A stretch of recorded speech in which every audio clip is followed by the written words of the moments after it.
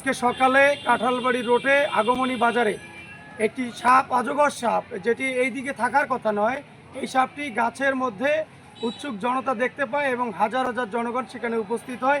এটি বন বিভাগ এবং বন্যপ্রাণী অপরাধ দমন ইউনিট এবং স্থানীয় প্রশাসন জানতে পারে।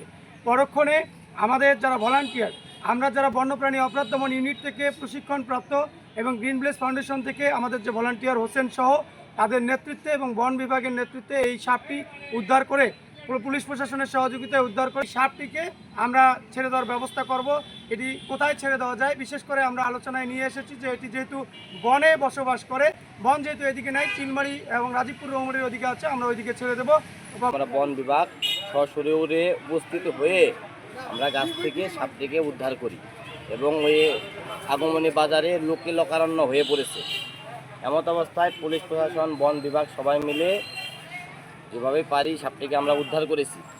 উদ্ধার করার পরে এটা আমরা আবার পুলিশের গাড়ি করে বন বিভাগে হস্তান্তর হয়েছে।